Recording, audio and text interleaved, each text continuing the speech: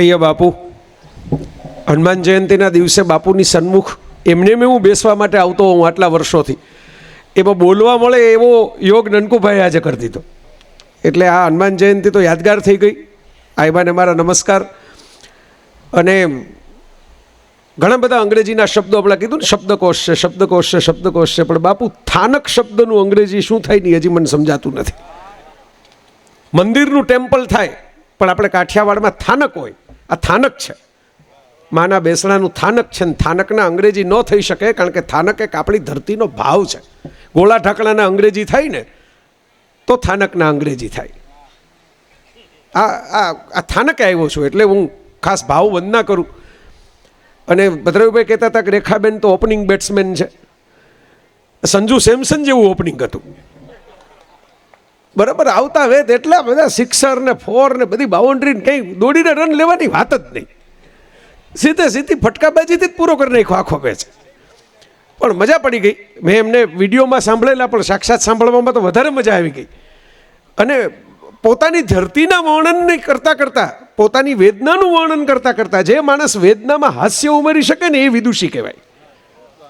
એમણે એમની વેદના પ્રગટાવી, પણ વેદના એવી રીતે કહી કે આપણને હસવું આવ્યું. આ એમના વિદુષીપણાનું મને લક્ષણ લાગ્યું કે વાહ, માણસ પોતાના રુદનને પણ સૂરમાં પરોવી દે એવી વાત સરસ મજાની કરી. કે આમ તો રુદન હતું એમનું, પણ એમને પરોવ્યું એમણે સૂરમાં, એટલે આપણને ગીત જેવું લાગ્યું.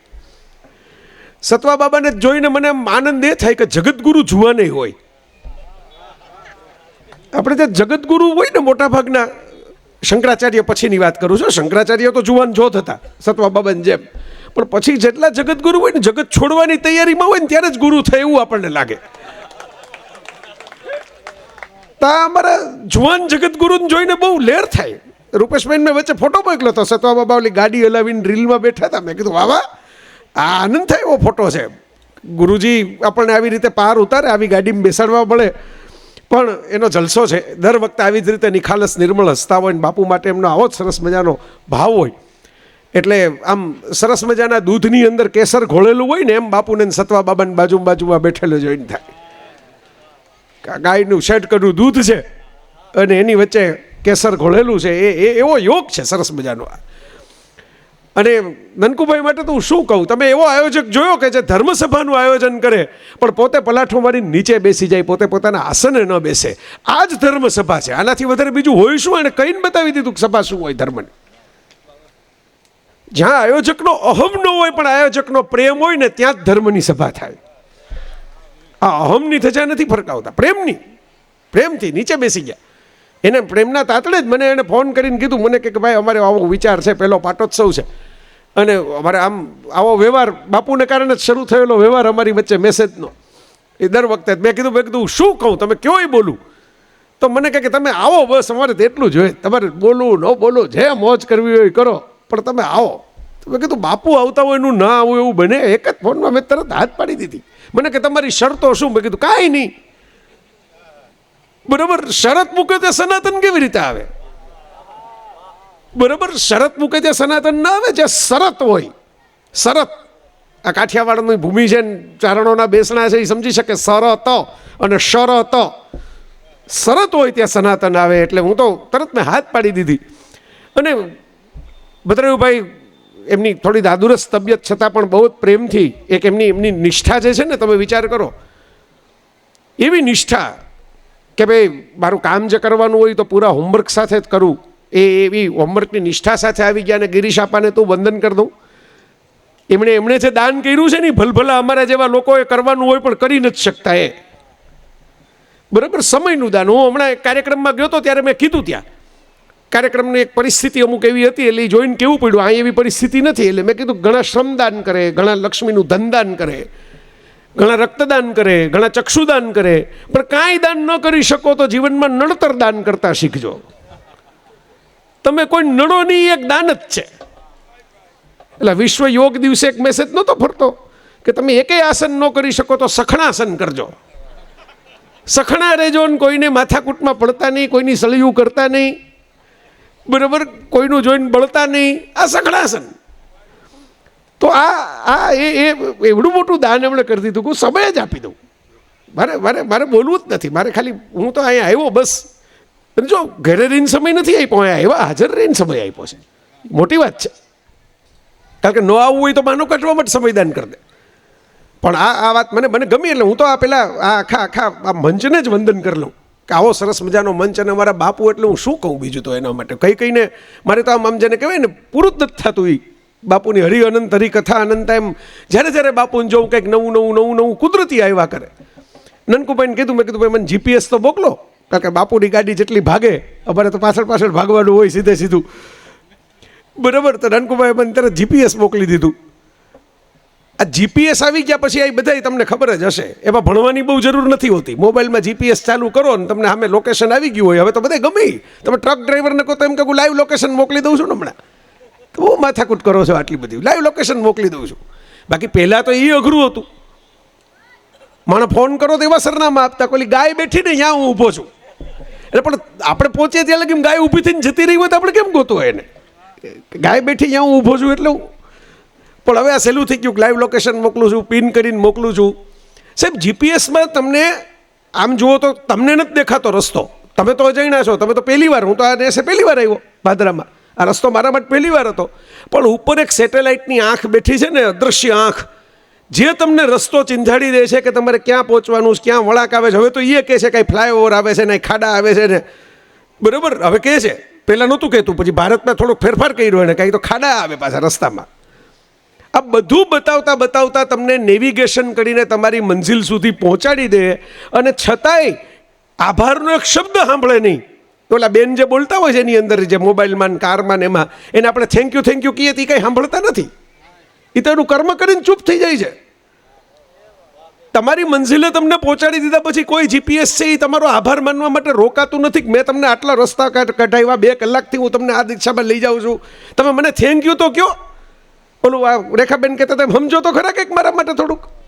એવું કાંઈ કીધા વગર જે ચૂપ થઈ જાય છે કે હજી તમારે પાછો રસ્તો ગોતવો હોય ત્યારે મને સાથ પાડજો, એટલે હું તરત ચાલુ થઈને તમને કોઈ થાયકા વગર, તમે 6 કલાક કહેશો 6 કલાક રસ્તો બતાવીશ, 12 દિવસ કહેશો તો 12 દિવસ રસ્તો બતાવીશ. મારા મોરારી બાપુ એ આ જગતનું જીપીએસ છે સાહેબ. તમે સાદ પાડો એટલે તમને માર્ગ કરી દે, તમે સાદ પાડો એટલે તમને આડાઅવળા ન થાવ, તમે ઊંધા જતા રસ્તે ન ચડી જાઓ. એથી બદલે તમારી મંજિલ સુધી પહોંચાડીને તમારું થેન્ક યુ કહેવા પૂરતાય રોકાય નહીં, પણ બીજી વાર તમારે પાછો કંઈક રસ્તો ગોતવો હોય ત્યારે તમારી ભેગા રહે, અને છતાંય તમને દેખાય નહીં, છતાંય એક ઉપરની આંખ જાણે તમારે આખા જગતના રસ્તા જોઈને તમને માર્ગ કાઢી દેતી હોય. એ બાપુ છે ને, એ બાપુ માટે અમે બધા ભેગા થયા છીએ. એ બાપુના આમ જેને કહેવાય ને, આ જીવતું જાગતું નેવિગેશન છે આ જગતનું. ધર્મસભામાં ધર્મ એટલે શું, મેં તો એકવાર એમ કીધું હતું કે ભાઈ હું તો કૈલાસ નથી જઈ શક્યો, બાપુ કૈલાસમાં કથા કરી લીધી, પણ હું બાપુને જોઉં તો મને એમ લાગે કે મેં કૈલાસનું શિખર જોઈ લીધું, કૈલાસનું શિખર જોઈ લીધું. હનુમંત તત્વ આખું જેમાં પરોવાઈ ગયેલું છે. આજે તો હનુમાન જયંતિ, મને હમણાં જ બાપુ વિચાર આવતો હતો, આ હનુમાન જયંતિને નિમિત્તે એમને ખાલી બેઠા કે રામ અને હનુમાન તો થોડાક સમય જ ભેગા રહ્યા. રામે વર્ષો સુધી તો અયોધ્યાની અંદર જીવન કાઢ્યું, બચપણ, જુવાની, લગ્ન થયા ત્યારે તો હનુમાન હતા નહીં. 14 વર્ષના વનવાસમાં પણ તરત હનુમાન મળ્યા નહીં. અને યુદ્ધ પૂરું થઈ ગયા પછી હનુમાનજી ખાલી અયોધ્યા રામને વળાવવા માટે આવ્યા, પછીની ઘટનાઓમાં પણ હનુમાનજી છે નહીં, જીવે છે, સાર્વત્રિક છે. ભગવદ્ ગીતા સાંભળી છે આખી, ખાલી અર્જુને જ નથી સાંભળી. વિચાર કરજો તમે, આપણે એમ માનીએ કે અર્જુનને ગીતા સંભળાવી, અર્જુન ભેગી હનુમાનજીએ સાંભળી છે. અર્જુને સવાલો પૂછ્યા ને હનુમાનજીએ ચૂપચાપ રહીને સાંભળી. આ ગુણ, જ્યારે આ ધારા વહેતી હોય ત્યારે તમારે વચ્ચે સવાલ પૂછવાને બદલે વહેવા દેવાય, એ હનુમાનજીએ સાંભળી. પણ રામ સાથે રહ્યા કેટલો ઓછો સમય, પણ આટલા ઓછા સમયમાં રહીને એમણે એ સમર્પણ પ્રાપ્ત કરી લીધું કે આજે આ દેશની અંદર રામ મંદિર કરતાં હનુમાન મંદિર જાજા છે. તમે વિચાર કરો, વાલ્મીકી રામાયણમાં તો પ્રસંગ છે જ્યારે ઇન્દ્રજીતે કાર વર્તાવી દીધો છે ને બધાને નાગપાશની અંદર લઈ લીધા છે, ત્યારે જાંબુવન એમ કહે છે વિભીષણને કે હનુમાન શું છે, હનુમાનનું શું છે? તો કે હનુમાન તો કડે ધડે છે. તો કે હનુમાન જીવે છે ને તો આપણે બધા જીવશું. હનુમાન જો જીવે છે આ જગતની અંદર તો આપણે બધા જીવશું. આ શબ્દો જાંબુવાન જેવા મહર્ષિ જેમણે હનુમાનને એમ કહેલું કે તમે આ 100 જોજનનો સમુદ્ર ઓળંગી શકશો, એ જાંબુવાને એમ કહે છે કે હનુમાન જીવતા હશે ને તો આપણે બધાય જીવશું, એમાં બાપુ જીવે છે ને ત્યાં લગી આ સનાતન જીવશે. હું આ બહુ દ્રઢપણે માનું છું, કારણ કે સનાતનનો જે સાર હું સમજો છું ને એ બાપુના રૂવાડે મને દેખાય છે પ્રગટ થતો. જે સનાતનને હું સમજો છું, આપણે સનાતનને બીજા ધર્મોનું શીખીને પછી એના જેવો બનાવવા મથીએ છીએ કે પહેલામાં એક પુસ્તક છે તો આપણે એક પુસ્તક ગોતી આવીએ, પહેલામાં એક ગુરુ છે તો આપણે એક ગુરુ ગોતી આવીએ, પહેલામાં એક આવો ઈશ્વરની આમ બંદગી થાય છે, આમ પ્રેયર થાય છે, આપણે આવું જ કંઈક ઊભું કરવું જોઈએ. આ નકલ એ સનાતન નથી. અસલ સનાતન તમારે જોવું હોય તો તમે તો પવિત્ર ભૂમિમાં બેઠા છો, આ તલગાજડા નહીં પાડોશમાં બેઠા છો. આ અસલ સનાતન છે. કોઈ જે કરે એની કોપી કર્યા વગર, મારો જે નિજતા છે એ ગુમાવ્યા વગર હું આખા જગતનો થઈને રહું.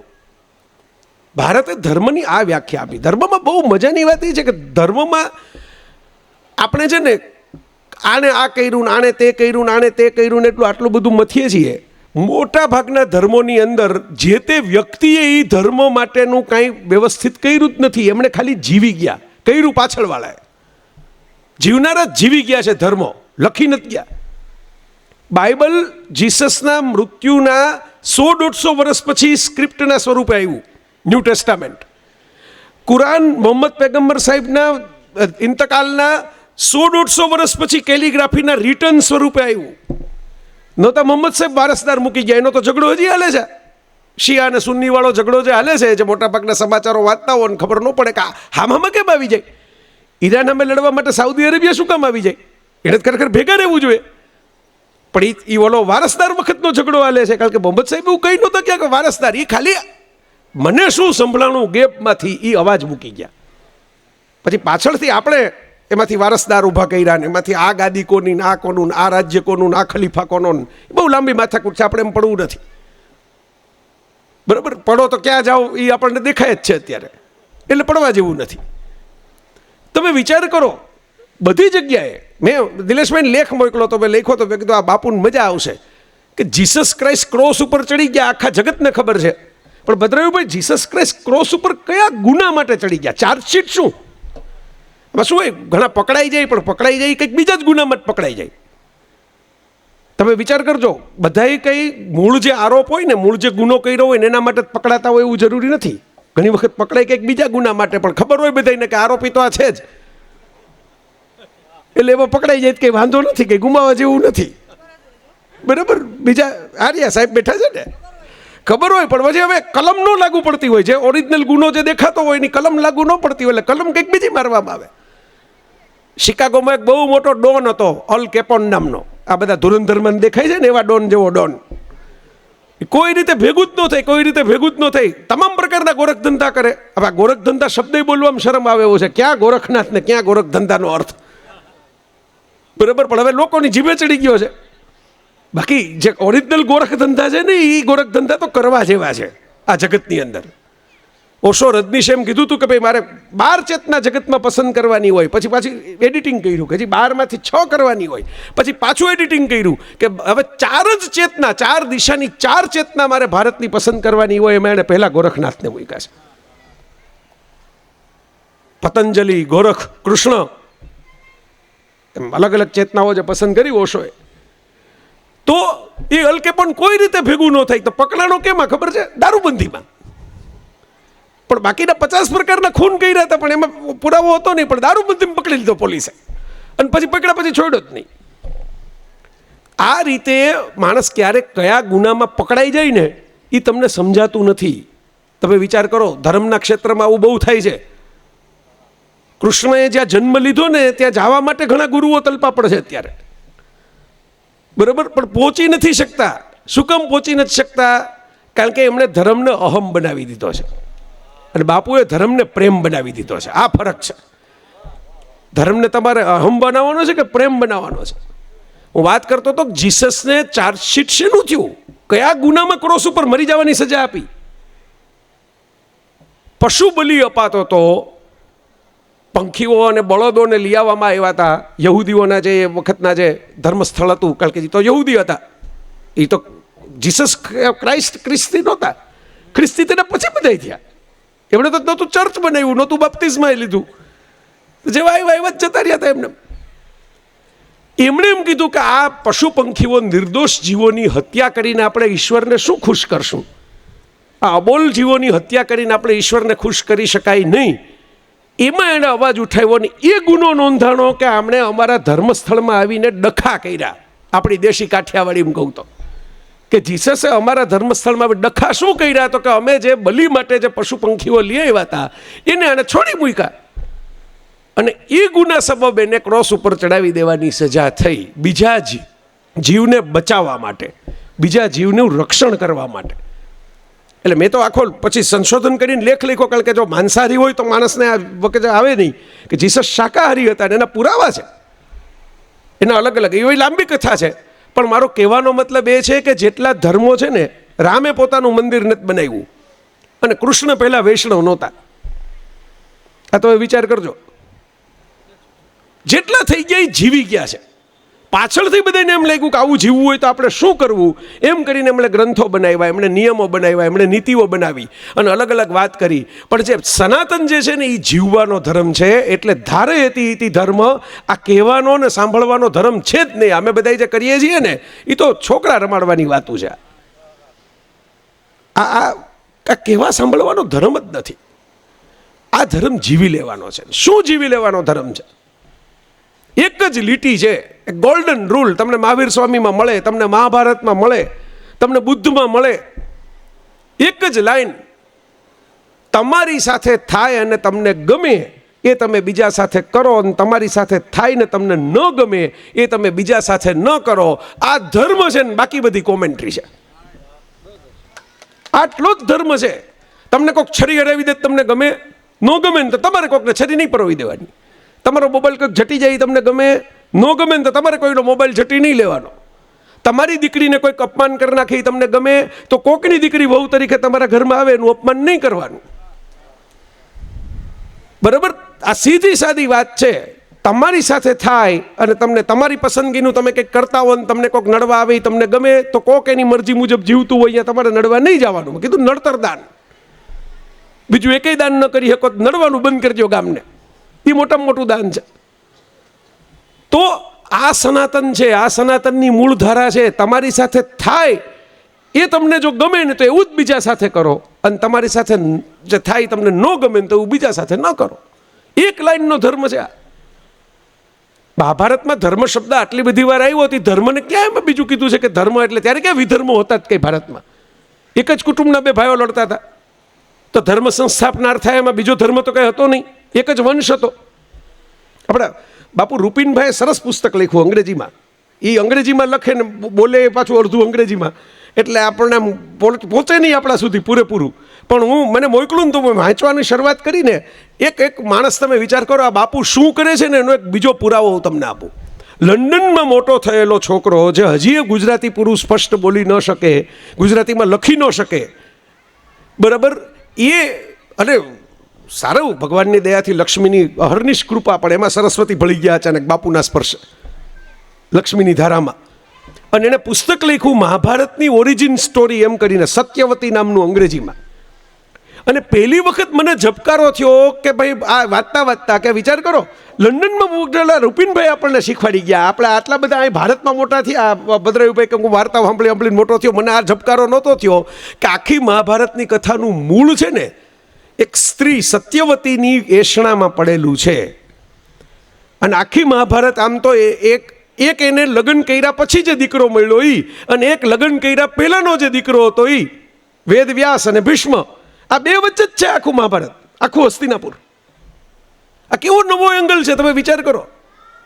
તો મેં રૂપિનબેન કીધું, મેં કીધું આ તો ગજબ કહેવાય, તમને આવી બધી ખબર પડી તો મને ખબર નહોતી.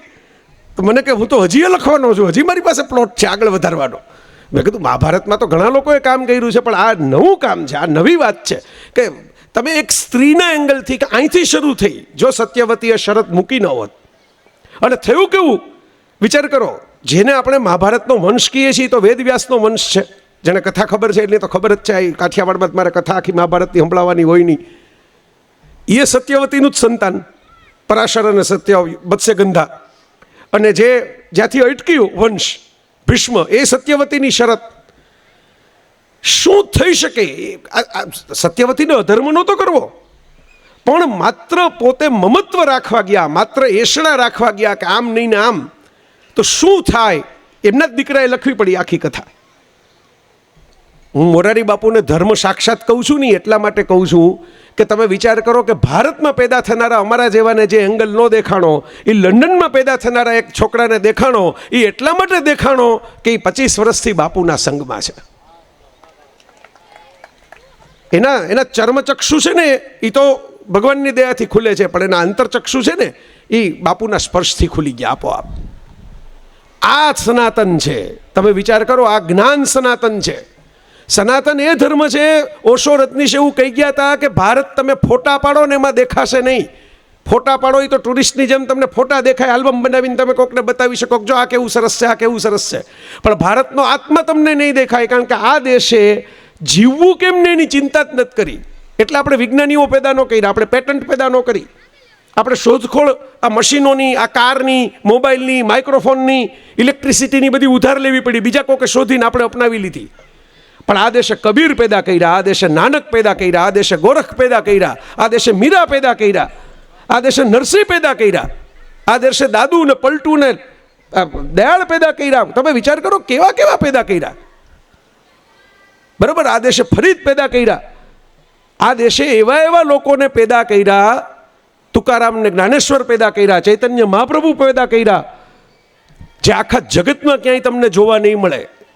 તમને સાયન્ટિસ્ટ એક એકથી ચડિયાતા અલગ અલગ જોવા મળશે, ટેકનોક્રેટ એક એકથી ચડિયાતા અલગ અલગ જોવા મળશે, પણ એ એકેય સાયન્સ ભણ્યા વગર અખિલ બ્રહ્માંડમાં એક તું શ્રીહરિ જુજવા રૂપે અનંત ભાષે એવું વિજ્ઞાન ભાખનારો નરસિંહ તમને બધે જોવા નહીં મળે. આઈન્સ્ટાઈને આટલું બધું બ્રહ્માંડનું રહસ્ય ગોતીને બ્રેઇન ઓફ ધ મિલેનિયમ કહેવાતા આલ્બર્ટ આઈન્સ્ટાઈને એમ કીધું કે પદાર્થનો જથ્થો અચળ રહે છે, શક્તિને સ્વરૂપ બદલાયા કરે છે, જેમ બહેનોના ઘરેણા હોય અંતે તો હેમનું હેમ હોય, સોનામાંથી અલગ અલગ ઘાટ તમે ઘડી શકો. આજ કબીરજી કહી ગયા, આજે જ બાપુ યાદ કરતા હતા કબીરને આ જ વાત માટે. અને તમે કલ્પના કરો, આ એ દેશ છે કે જેણે પહેલી વખત ધર્મના નામે એ આપણને શીખવાડ્યું કે માલિકી છે ને કૂવાની હોય, પણ માલિકી સરવાણીની ન હોય, પાણીના તળની માલિકી ન હોય. તમે એમ કહી શકો કે મારું ખેતરના, મારા ખેતરમાં ગાળેલો મારો કૂવો, આ કૂવા પૂરતા જ તમે માલિક છો, પણ કૂવાના પાણીના તમે માલિક નથી. કારણ કે પાણી તો તમને કોઈક અદૃશ્ય બ્રહ્મે આપેલું છે, અદૃશ્ય વિધાતાએ આપેલું છે. એ ઈશ્વર દેવ જે તમે શબ્દ વાપરો, માતાજી એણે આપેલું છે. તમે જેથી કૂવાને બદલે પાણીના માલિક થવા જાશો ને તેથી તમે ધર્મના માર્ગેથી ચૂકી જાશો. આ ભારત છે સાહેબ. અત્યારે મુશ્કેલી આપણે જ્યાં જે અધર્મ દેખાઈ જઈ છે કે માણસોને કૂવાની ભેગી સરવાણીની આ માલિક હોવાનો વહેમ થઈ ગયો છે. કે તળનું પાણી મેં જ પેદા કર્યું છે, એ નથી પેદા કર્યું ભાઈ. તે એ તું નહોતો ત્યારે હતું, અને તારો કૂવો ને તારું ખેતર નહીં હોય ત્યારે હશે. આ નકશા ફરી જશે, પાણી નહીં ફરે. એ વરસાદ નહીં ફરે, વરસાદ તારા કહેવાથી નથી આવતો, વાદળ તારા કહેવાથી નથી બંધાતા. અને એ વરસતી વખતે કઈ એ સરહદ નથી જોતા, એ નકશો નથી જોતા. આ સમજ જો આપણામાં આવે ને તો આ ધર્મસભા સાર્થક થાય. કાળ છે ને, હું તો મારી ભાષામાં જે કહું ને, એ કાળ એક કુંભાર છે. એ ઘડે આપણને અલગ અલગ રીતે ઘડા કરે, ને પછી એને મજા ન આવે તો વીખીએ નાખે. વળી પાછું નવું ઘડતર ચાલુ કરે, એ જ માટીનો લોંદો લઈને, એ જ પિંડો લઈને વળી પાછું નવો ચક્રો ચલાવે. નવા ચકડામાંથી કુંજો બનાવે, ને કુંજામાંથી કુંજો હરખો ન લાગે પછી માટલું બનાવે, ને માટલું ન આવે પ્યાલો બનાવે, ને પ્યાલો ન આવે તાવડી બનાવે. આ કાળના ચકરડે આપણું ઘડતર થાય એના માટે ધર્મ નામનો શબ્દ આવ્યો કે તમે માણસ થાવ. તમને અમૃતના સંતાન કહીને આ ધરતી ઉપર મોકલા છે, તો અમૃત શું છે એ તમે સમજો. ઓલા ઘડામાંથી અમૃત મળે, દેવો દાનવોએ જે મંથન કર્યું એ નહીં. તમારા જીવનનું અમૃત શું છે એ તમે સમજો. આ સનાતન છે કે શું છે જીવનનું અમૃત. એક જ અમૃત મેં જે જોયું છે એ હું તમને કહું. હોવાથી કશું વસ્તુ સાર્થક નથી થતી, વેચવાથી સાર્થક થાય છે. આ જીવનનું અમૃત છે. આ સરસ મજાનું મંદિર છે. માન્યો કે સમય હોય, રાતનો સમય હોય, કમાડ બંધ થઈ ગયા હોય, તાળું લાગી ગયું હોય, મારા જેવો કોઈક આવે કે હાલો બાપુ ત્યાં ગયો તો રાતના 1 વાગે આપણે અહીં કહેતા હતા નનકુભાઈ તો હાલો દર્શન કરી આવીએ. તો નનકુભાઈ સૂઈ ગયા હોય ત્યારે મોબાઈલ સાયલન્ટ કર્યો હોય તો ઉપડે નહીં. એટલે આમ આવીને આમ જોઉં કે બંધ છે, તો હવે આપણે તો શું કરવું હોય, તો પાછા આવશું, સવારે આવશું, રાત રોકાઈ જાય તો સવારે જોવા મળે. મંદિર તો છે જ, મંદિર કંઈ જતું નથી રહ્યું, પણ કમાડ બંધ છે ને એટલે મને એમ થાય છે કે ના ના, મંદિરે તો ગયા ખરા, પણ આમ દર્શન ન થયા આપણાથી. વિચાર કરજો, મંદિર હોવાથી મંદિર નથી બનતું, બારણા ઉઘડે ને દર્શન થાય ને એનાથી મંદિર બને છે. ખાલી ચણી દેવાથી, ખાલી બની દેવાથી, હમણાં તમે સ્કૂલની કેવી સરસ વાત કરી રેખાબેન, બિલ્ડિંગ બનાવી દેવાથી શાળા નથી બનતી. જે એમાં જ્ઞાન વેચાય તો શાળા બને છે, મૂલ્યો અને સંસ્કાર વેચાય તો શાળા બને છે. શાળાનો તમને સાંભળતા સાંભળતા એમાં બે વસ્તુ ભેગી થતી હતી, આ ડુંગળીની ગંધે આવે અને તમે પાછી સ્કૂલના જીવનની વાતે કરો. એમાં મને એક આખો કિસ્સો યાદ આવી ગયો. તોફાની વિદ્યાર્થીઓનો ક્લાસરૂમ, અને કોઈક શિક્ષક આવી ગયો, બરાબર. શિક્ષકો અમારા આ બધા સામે બેઠા જ નહીં, બધા લોક શિક્ષકો, નાના નાના લોક શિક્ષકો છે આ બધા સામે બેઠા, નિલેશભાઈ, ખેતસીભાઈ, રૂપેશભાઈ. આ કંઈ જેવા તેવા નથી કોઈ, એને ઘણાને ભણાવી દીધા છે, બરાબર. પણ પેલું બ્લેકબોર્ડ લઈને નથી ભણાવતા, એટલો જ ફરક છે, બરાબર. એ ચોકને ડસ્ટર લઈને નથી ભણાવતા. એવો કોઈક શિક્ષક, એને જોયું કે આ છોકરાઓ તોફાન બહુ કરે છે ને ભેગું નથી થતું, આમાં કીધે તો નથી સમજાતું આ કોઈને. એટલે એમ કીધું કે બધાય છે ને ડુંગળી બટેટા તમારા દફતરમાં કાલે ચોપડીને બદલે ભરીને લઈ આવજો. છોકરાઓને એમ થયું કે એ સરસ મજાની પાર્ટી થવાની છે રિસેસની અંદર, ડુંગળી બટેટાનું શાક વઘારશે સાહેબ, થેપલા પોતાના ઘરેથી લઈ આવવાના આવી છે, એટલે ડુંગળી બટેટા આપણને લઈ આવવાનું કીધું. આમ મોટા ભાગે ગામડાની શાળાઓમાં તો એવું હોય, માસ્તર મંગાવી તમારે લઈ આવવું પડે. તો માસ્તર છાશનું બોઘણું મંગાવી તો એ લઈ આવવું પડે, બરાબર. એ ફી ભરવાની બોલી કહેવાય કે ભાઈ એ તો મંગાવે ને, સાહેબ છે, સાહેબ નો મંગાવે તો કોણ મંગાવે. બધા લઈ આવ્યા દફતરમાં ભરીને. બધાને એમ હતું કે આજે કંઈક હવે હમણાં કહેશે કે હવે ફોતરા કાઢો, હવે છરી કાઢો, આલો બટકા કરો, આલો અમારા વલ્લભભાઈને જેમ ભજીયા તળીએ, બરાબર. પણ એવું કંઈ કીધું નહીં માસ્તરે, થોડું ઘણું વાત કરી, ભણાવ્યું. બધાએ કીધું દફતરનું, તો કે કાલે પાછું લઈ આવજો. બીજે દી, ત્રીજે દી, ચોથે દી, પાંચમે દી છોકરાઓ થઈ કા પેલું ચોપડાનું વજન ઉચકવાને બદલે આ ડુંગળી બટેટાનું વજન હવે ધીરે ધીરે વાસ આવવા માંડી અંદરથી. કારણ કે ઓલું દફતર બંધ હોય, સાહેબ ખોલવાનું ના પાડે, અંદર કંઈ બીજું ભરવાનું ના પાડે. ધીરે ધીરે સડી ગઈ અંદર ડુંગળી હતી, ધીરે ધીરે બટેટા હતા એ બફાઈ ગયા અંદર, અને જે વાસ આવે તમને ખબર જ છે કેવી આવી. પછી બધા છોકરાઓએ 10મા દીએ સાહેબને ફરિયાદ કરી, સાહેબ હવે આના દફતરમાંથી છુટકારો કરો, ભણાવવું હોય કે ન ભણાવવું હોય ગમે એ કરો, પણ હવે આ લઈ આવવાની સજામાંથી છુટકારો કરો. આવું વજન આ રોજ અમારા ઘરમાં બધા કહે છે કે ક્યાં આ તારા માસ્તરે શું લેસન આપ્યું છે, આવું ગંધાઈ કામાંથી. અને અમે એ ઉચકીને લઈ આવીએ, અને અમારે જે ક્લાસરૂમમાં બધાના દફતર ભેગા પડ્યા હોય કેવડી ગંધ ઊભી થાય. એટલે માસ્તર સાહેબે કીધું કે મારે તમને એટલું જ ભણાવવું હતું છોકરાઓ, તમે આમ ભણવામાં ધ્યાન દેતા નહોતા ક્યારના, કેટલા વખતથી હું તમને શિખામણ દેતો તો, મારે તમને ભણાવવું હતું એટલું કે કોઈ પણ વસ્તુ તમને ગમે એવી ભાવતી હોય ને ગમે એવી ફાવતી હોય ને ગમે એવી ગમતી હોય, પણ ખોલો નહીં ને વેચો નહીં ને બંધ રાખી દો ને તમારી પાસે, તો વાસ મારવા મંડે ને તમને પછી ગમતી બંધ થઈ જાય ને ફેંકવાનું મન થઈ જાય. એના કરતાં જો પહેલેથી ખોલી નાખી હોત તો વાંધો ન આવત. આ ધર્મની સીધી સાદી વ્યાખ્યા છે કે ભગવાને તમને જ્ઞાન આપ્યું હોય તો જ્ઞાન વેચો, કંઠ આપ્યો હોય તો કંઠ વેચો. અમારે આ હનુમંત ઉત્સવ 50 વર્ષનો થવા આવ્યો, શું છે, કેવા કેવા કલાકારો પોતાનો કંઠ વેચી ગયા આવીને, કેવા કેવા. અમારા જેવાને તો ભાગમાં દર્શન ન હોય દર્શન થયા, એવા લોકો આ ભૂમિ ઉપર પૈસા ખર્ચતા જે મોટા મોટા મહાલયોમાં ને શ્રીમંતોની હવેલીઓમાં ન જાય એવા કલાકારો બાત્રા બાપુના નામે હનુમાનજીના આશરે આવીને અહીં સંગીત કહી ગયા, આ ગાયન વાદન નર્તનનો ઉત્સવ કરી ગયા.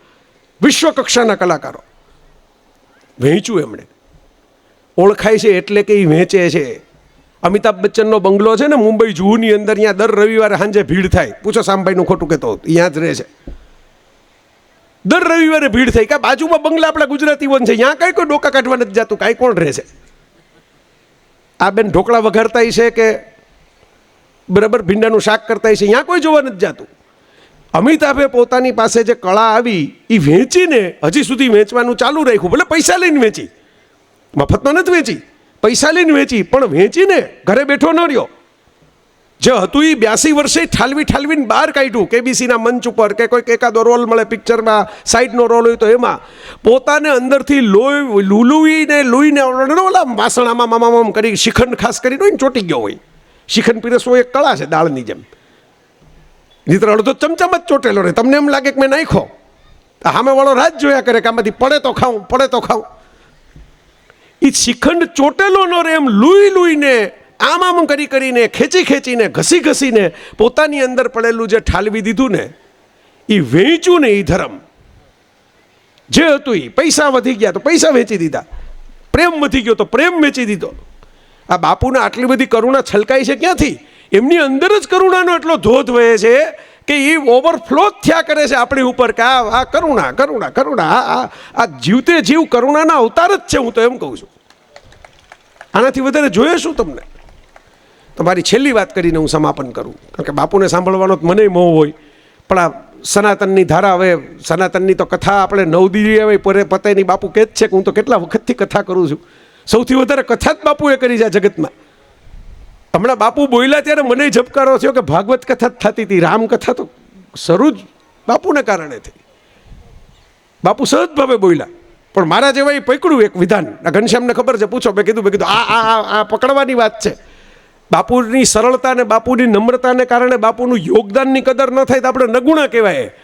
આ સૌથી મોટી એ વાત છે કે રામ મંદિર આવડું મોટું ભવ્ય અયોધ્યામાં હવે બન્યું. રામાનંદ સાગરની સિરિયલ, જેના કલાકારો હજી આપણે ત્યાં આવે છે, એ રામાનંદ સાગરની સિરિયલ રામાયણ પછી બની. હવે તો રણબીર કપૂરની કેવી ભવ્યાથી ભવ્ય ફિલ્મ આવી રહી છે રામાયણ 2 ભાગમાં, એ હવે બને છે. પણ આ કાંઈ જ નહોતું ને ત્યારે ગામે ગામ રામકથા થઈ શકે 9 દિવસની, એ શરૂઆત કરનાર આપણી વચ્ચે બેઠા છે સાહેબ.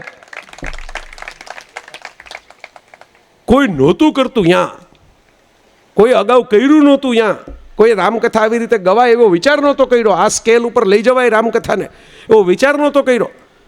આખી દુનિયામાં જેનો ગેસ અને જેનું પેટ્રોલ, હમણાં આપણને ગળાચીપ આવી ગઈ છે એટલે ખબર છે બધાને, બરાબર, કે આપણે ગેસ ક્યાંથી આવે છે, ને હવે ધીરે ધીરે અચાનક ખબર પડવા માંડી કે બધું ક્યાંથી આવે છે આપણા ઘરમાં, કે ગેસ તો અહીંથી આવે છે, પેટ્રોલ તો ત્યાંથી આવે છે, ડીઝલ તો ત્યાંથી આવે છે. આપણે તો પૈસા ખર્ચીને લઈ આવીએ ને એમાં આ થાય. પણ આ એક વ્યક્તિ છે મારી બાજુમાં, આ જે બાપુને હું કે તમને એમ થાય કે જઈને વખાણ કરે, બરાબર, એટલા માટે વખાણ કરું છું કે એવા દેશોની અંદર આ જ હનુમાનજી જે અહીં તમારે ચિત્રકૂટ ધામમાં બેઠા જ ને તલગાજડામાં, એ જ પોતાની પાસે રાખીને, એ જ પોતાની પાછળ રાખીને એ રામકથા સંભળાય એવા છે એ દેશોની અંદર જઈને. અને સૌથી મોટું સનાતનનું કામ એ કે અહીંયા પરમાનન્ટ મંદિર બનાવીને ઉઘરાણા નથી કર્યા, મફતમાં ખવડાવ્યું છે બધાને. અને 9 દિવસે ઉપાડી લીધું છે કે ભાઈ હવે આ તમને મજા આવી, કાંઈ વાંધો નહીં, મજા આવે તો આપણે ભવિષ્યમાં કંઈક અનુકૂળ થશે, ભગવાનની ઈચ્છા હશે પાછા મળશું, અને ન મળો તો જે કીધું એ યાદ કરજો, ને કીધું એ યાદ ન કરો તો આવડો મોટો ખજાનો ધર્મનો તમને ખોલીને જાઉં છું, તમે મારી જાતે ગોતજો શું સત્ય છે ને શું પ્રેમ છે ને શું કરુણા છે. આ મોરારી બાપુ છે ને, આ હું એટલે એને જીવતા જાગતા સનાતન કહું છું. મેં કીધું ને, સરવાણીની માલિકી ન હોય, કૂવાની માલિકી હોય, થાળાની માલિકી હોય, પણ સરવાણીમાં તમે એમ ન કહી શકો કે આ તો મારા બાપના દસ્તાવેજમાં આવી હતી. આ જે વાત છે ને એ મોરારી બાપુમાં છે. એ માલિકી ભાવ નથી રાખતા. સનાતન માલિકી ભાવ ન શીખવાડે, સનાતન ચોકઠા ન પાડે, સનાતન ખાના ન પાડે. આ જગતમાં જેટલા ધર્મો થયા એમાં સનાતન જે બેને કીધું કે જમીન છે ને બાકીના બધા એમાં સરસ ઉગેલા સરસ બાગ છે, ઝાડવાનું વૃક્ષ, પશુ પંખી છે, એ બધું સાચું. શું કામ? સનાતન એક જ ધર્મ એવો છે કે જેણે એમ નથી કીધું કે હું બધાથી ઊંચો, હું સર્વોપરી, હું શ્રેષ્ઠતમ, હું સર્વોત્તમ, મારા પછી બીજું કાંઈ તમારે જાણવાનું નથી. એણે એમ કીધું છે કે આ જાણવામાં શ્રેષ્ઠતમ છે, પણ આ સિવાય બીજું ઘણું તમારે સમજવાની જરૂર છે. બધી દિશાઓમાં જાઓ, હરો ફરો, બહાર નીકળો, વિહાર કરો. સનાતને એવા ભગવાનોની પૂજા કરી જે ઘરની બહાર નીકળ્યા. એ બુદ્ધ હોય તોય ભલે, મહાવીર હોય તોય ભલે, કૃષ્ણ હોય તોય ભલે, નહીં રામ હોય તોય ભલે, એક જગ્યાએ બેઠા રહ્યા એને સનાતન પૂજતું નથી. કમ્ફર્ટ ઝોન છોડીને બહાર નીકળે ને એને સનાતન ભગવાન માને છે. જે નવી જગ્યાએ જાય, નવા અનુસંધાન બનાવે, નવી ચેતના ઊભી કરે, નવા સંબંધો ક્રિએટ કરે. મેં કીધું એમ રામને હનુમાન થોડાક મહિના મળ્યા, પણ મળ્યા તો એવા મળ્યા કે હજી આપણે બેને એકબીજાની વગર કલ્પી નથી શકતા. આ સનાતન છે, આ ભાવ સનાતન છે. અને એટલે છેલ્લી વાત દશાવતારની મારે તમારા સુધી પહોંચાડવી છે. જાણીતી છે, હું બોલ્યો છું અગાઉ, પણ આ સમજવા જેવી છે કે વિજ્ઞાન એમ કહે છે, આમાંથી ઘણા વિજ્ઞાન ભણ્યા હશે, તમે વિચાર કરો આપણા ઋષિઓ શું મૂકી ગયા છે આપણી પાસે, ધર્મ કેવો ધર્મ મૂકી ગયા નનકુભાઈ આપણી પાસે. આપણને ઘણાને એમ થાય ને કે ભાઈ એ તો બધું આઉટડેટેડ છે, પણ કોડેડ છે, આઉટડેટેડ નથી. કોડ તાળા ચાવીની લેંગ્વેજમાં છે. તમારી પાસે પાસવર્ડ હોય ને તો ખુલે. પાસવર્ડ મોરારી બાપુ જેવા કોઈક બતાવે ને તો તમારી પાસે આવે. આ પાસવર્ડ સીધો આવતો નથી તમારી પાસે, કોઈક નાખવો પડે અંદર પાસવર્ડ. પણ અહીં ઘણા એવા બેઠા હશે જેને કે ભાઈ અમારી તો એ શું લાગે વળગે, અમે કંઈ વિજ્ઞાની ભણ્યા નથી, અમે સ્કૂલમાંથી ઉઠી ગયા હતા, તમારે જે કરવું હોય કરો વિજ્ઞાનનું.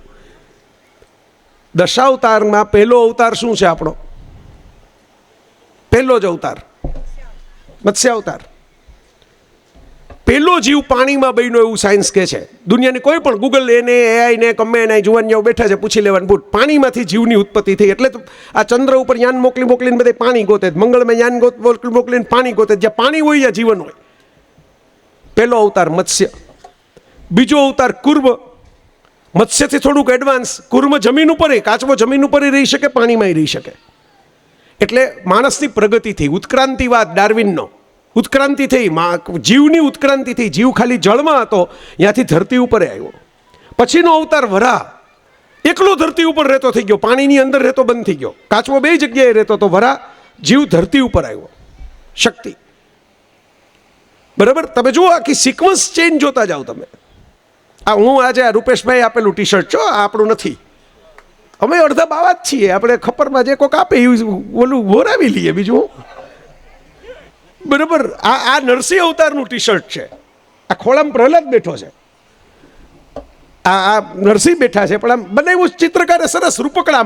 આમ ડરી ન જાવ ને એવા રૂપાળા નરસિંહ છે, તમને બીક ન લાગે એવા નરસિંહ છે. પ્રહલાદ એક એવો વાલો આમ નાનકડો ઢીંગલા જેવો છે અંદર બેઠો એ. બરાબર, Narsinh half animal half main. તો વિચાર કરો, હજી પૂર્ણ નથી. હજી માણસમાં જંગલી વૃત્તિઓ છે, હજી શિકાર છે, હજી પેલો જંગલની અંદર જીવવાની આદિમ લાલસા જેને કહેવાય એ પડી છે. વામન નાનો થયો. પરશુરામ મેટલ એજ, ધાતુનો ઉપયોગ કરતો થયો, હાથમાં ફરશું પરશુરામ. રામ સંસ્કૃતિ મઢી થયો, મર્યાદા પુરુષોત્તમ. શું કરવું ને શું ન કરવું એના વિવેકવાળો માણસ થયો. કૃષ્ણ બાંકે બિહારી, મુરલીધર, કળા સાહિત્ય અને સર્જકતાના સ્પર્શવાળો માણસ થયો. મર્યાદા અને સંસ્કૃતિ સુધી તો પહોંચેલો, પણ પછી ત્યાંથી સર્જકતા સુધી પહોંચ્યો, ત્યાંથી ગીત સુધી પહોંચ્યો, ત્યાંથી સંગીત સુધી પહોંચ્યો, નૃત્ય સુધી પહોંચ્યો. આજે બાપુ ખોરાકની વાત કરતા હતા, 7 પ્રકારના ખોરાક, બધા કૃષ્ણના ખોરાક છે, 7 ખોરાક હનુમાનજીના છે, કૃષ્ણના છે. તમે જેનું આપણે ભારતમાં જેનું ચિંતન કરશો એના ખોરાક દેખાશે આ બધા. તો તમે વિચાર કરો, એટલે માણસે પોતાનો નવો કૃષ્ણનો સંસાર છે ને, 56 ભોગનો સંસાર છે, મોરપીંછનો સંસાર છે, કલરફુલ સંસાર છે, રંગબેરંગી સંસાર છે. માણસે રંગપૂર્ણી કરી પોતાના જીવનની અંદર, અને આ બધું કરી લીધા પછી માણસ બુદ્ધિના માર્ગે ગયો. પછી એને થયું કે મારે એકાંત જોશે, મારે મૌન જોશે, મારે શાંતિ જોશે, મારે ધ્યાન જોશે. આ કળા છે બહુ સરસ, સંસ્કૃતિ છે બહુ સરસ, નગર છે બહુ સરસ, આખો સંસાર છે બહુ સરસ, પણ એમાં મારું કલ્યાણ ક્યાં છુપાયેલું છે? અને બુદ્ધના માર્ગે થયો. આ 9 અવતારો મેં તમને કહી દીધા, આમાં કાંઈ અનસાયન્ટિફિક હોય તો તમે મારા માથામાં મારીને મને પાછું આપો. કાંઈ અવૈજ્ઞાનિક વાત નથી. ડિસ્કવરી નેશનલ જ્યોગ્રાફિક ચેનલોમાં આવેલી વાત છે, પણ આ આપણી સંસ્કૃતિએ કેવી વાર્તામાં પરોવીને કહી દીધી. બાપુ મને કાયમ એમ થાય કે કેવા ઋષિઓ હશે કે છંદોમાં આપણને બધા કાવ્યો રચીને જ્ઞાન આપે. છંદોબદ્ધ કરીને નાચી શકો ને ગાઈ શકો એવા વાર્તાઓ રચીને આપણને જ્ઞાન આપે. કેવી અદ્ભુત સંસ્કૃતિ હશે ને કેવા આપણે એના. પણ આપણે અડધા પડધા થઈ ગયા છે ને. આ કલ્કી અવતાર તો હવે ગામે ગામ છે. આપણે ગુજરાતમાં 2-4 કલ્કી અવતાર રિટાયર થઈ ગયા, એને મેમો આપ્યો સરકારે. એક કલ્કી અવતારે તમારે રાજકોટમાં આપઘાત કર્યો. એને ગવર્મેન્ટ સામે કંઈક કેસ કર્યો હતો. ગવર્મેન્ટ એમ કીધું કે તમે તો નોકરી આવતા નહોતા, તો હું તો કલ્કી અવતાર છું, હું એનું નોકરી આવું. એટલે સરકારે પગાર આપવાનું બંધ કરી દીધો. તો ભાઈ ડિપ્રેશનમાં જતા રહ્યા. ડિપ્રેશનમાં જઈને કલ્કી અવતાર આપઘાત કરી આવ્યા. જતા રહ્યા. હવે તો આપણે શું બીજું કહીએ? આ દુનિયા છોડીને જતા રહ્યા. ઓલા સફેદ ઘોડા ઉપર દોડવાનું હતું એને બદલે સીધા પોતે જ જતા રહ્યા. આ ગામે ગામ કલ્કી અવતારો પડ્યા છે. બરાબર, એ આપણે ઊભા થવાનું છે. એ બાપુ આપણને ઊભા કરે ને, એ કલ્કી અવતાર. આપણી અંદર જે ચેતના ઊભી થાય, જે પ્રેમ ઊભો થાય, સત્ય ઊભું થાય, કરુણા ઊભી થાય, એ કલ્કી અવતાર. આ જ સનાતન છે. હું જેટલું જાણ્યો સનાતનને, લાંબી વાતો વિદવત્તાની બહુ કહી શકાય, પણ આટલું જ છે. મૂળ વાત તો આટલી જ છે. મરનારો પણ નારાયણ છે ને મારનારો પણ નારાયણ છે. આટલું સમજી જવાય ને તો આખા સનાતનનો સાર એની અંદર આવી જાય. તો બાપુના ચરણોમાં વંદન સાથે જે અવિવેક થયો હોય એની ક્ષમા. આમાં સારું લાગ્યું હોય એ એમ માનજો કે બાપુની હાજરીને કારણે બોલારું. અને નઠારું લાગ્યું હોય એમ માનજો કે બાપુની હાજરીમાં વધારે પડતું બોલવા ગયા ને એટલે બોલાણું. જય સિયારામ.